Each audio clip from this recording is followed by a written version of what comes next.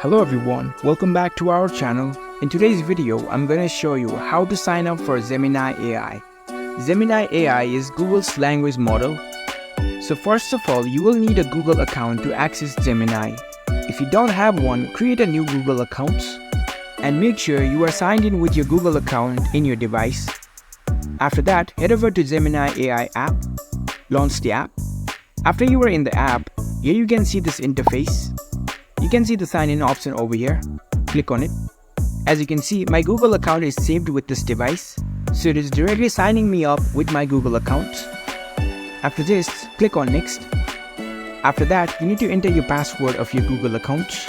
And once you enter your password, click on next. Now you are signed into your account. Click on not now. And that's it, you've successfully created a new Gemini AI account. So you just need to have a Google account in order to sign up for Gemini AI. If you found this video helpful, don't forget to give this video a thumbs up and subscribe to our channel for more tech tips. Thank you for watching.